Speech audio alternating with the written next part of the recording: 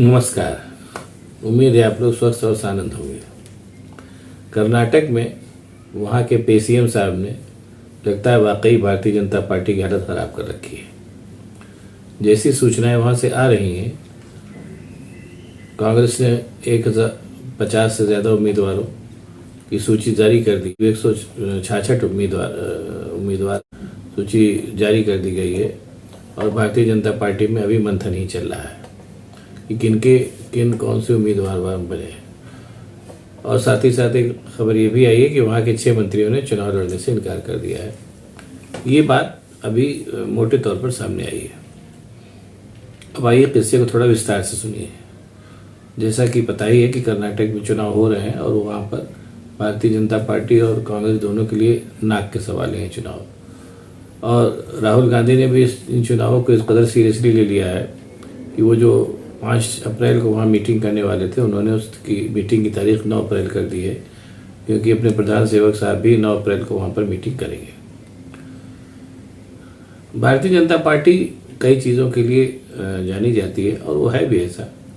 पहली चीज़ तो वो लोग हमेशा इलेक्शन मोड में रहते हैं, और दूसरी चीज़ तरह तरह के जुमले कह के और ऐसी तरीके की बातें करके अपने कार्यकर्ताओं में हौसला अफजाई भी करते रहते हैं। ये फैक्ट है। लेकिन कर्नाटक में पीसीएम साहब की वजह से स्थितियां एकदम उलट गई और अपने सारे सिद्धांतों और सारी तैयारियों के बावजूद भारतीय जनता पार्टी वहाँ बुरी तरीके से बैकफुट पर दिखाई दे रही है। अब जैसे यही है कि भारतीय जनता पार्टी के बहुत ही प्रसिद्ध जुमला है कि डबल इंजन की सरकार, यानी दिल्ली में भी हम हैं और जैसे उत्तर प्रदेश में है, मध्य प्रदेश में है और क्या नाम है आपके कर्नाटक में है, तो वो डबल इंजन की सरकार के जुमला बहुत चलाते हैं भारतीय जनता पार्टी वाले। लेकिन लगता है कि कर्नाटक में दोनों इंजन खड़े हो गए हैं। जैसा मैंने बताया कि कांग्रेस अभी तक अपने 166 उम्मीदवारों की घोषणा कर चुकी है और भारतीय जनता पार्टी में भी मंथन ही चल रहा है कि कितने उम्मीदवार और कब से उम्मीदवारों के नामों की सूची जारी की जाए। ऐसी सूचना है कि 10-11 तारीख से वो नामों की सूचना लोगों को देंगे कि हमारी ये उम्मीदवार है। ये तो हुई एक बात। और जैसा मैंने कहा कि वहाँ पर आलम इस कदर ख़राब हो चुका है पीसीएम साहब की वजह से कि पार्टी के खिलाफ बहुत ही ज़बरदस्त जनरोष है और चीज़ें उनके हाथ से बाहर जाती दिखाई दे रही। ये तो एक पहली चीज़ मैंने बताई। तो कांग्रेस अपने उत्साह में है और चीज़ों को लेकर के चल रही है।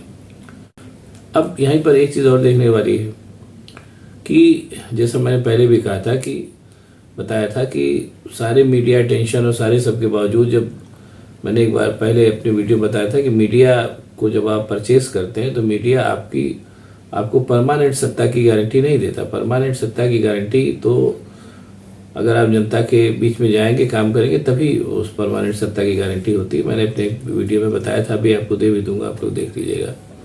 जैसे कर्नाटक के बारे में भी भाई पूरा का पूरा मीडिया ही भारतीय जनता पार्टी के गुणगान में लगा हुआ है, खासतौर से मुख्य धारा की मीडिया। तो ऐसे में बहुत लंबे समय तक तो कर्नाटक की चीज़ें लोगों को पता ही नहीं चली।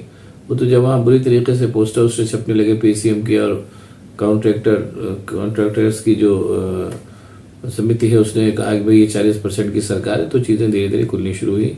और अब तो स्थिति है कि कर्नाटक में भारतीय जनता पार्टी की दुर्दशा के बारे में सभी जान गए हैं।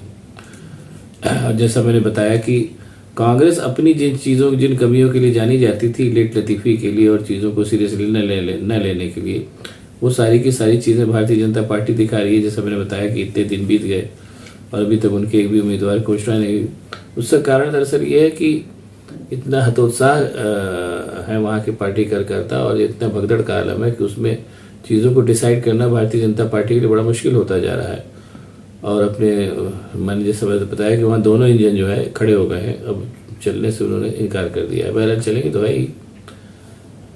लेकिन एक चीज़ मैं और कहना चाहूँगा कि कांग्रेस की सबसे बड़ी कमी है, वो कमी वहाँ कितनी है मुझे नहीं मालूम, लेकिन जैसा कि सूचनाएं मिल रही हैं कि वहाँ भी वो कमी है, क्योंकि कांग्रेस की वो कमियाँ सब जगह है। कर्नाटक में भी है कि कर्नाटक में भी कांग्रेस का संगठन बहुत मजबूत उस हद तक नहीं जिस हद तक भारतीय जनता पार्टी का है। वहाँ पन्ना प्रमुख और ये सब निचले स्तर तक लोग होते हैं जो चुनाव जिताने की कोशिश करते हैं। वो संगठन तो भारतीय जनता पार्टी का है ही, इसमें कोई शक नहीं है। और भारतीय जनता पार्टी सारी हतोत्साहित करने वाली स्थितियों के बावजूद लगातार जुटी रहने वाली पार्टी, इसमें भी कोई शक नहीं है। और तिकड़म करने में भी माहिर है। वो अंत समय पे क्या क्या तिकड़म कर सकते हैं ये भी सही बात है।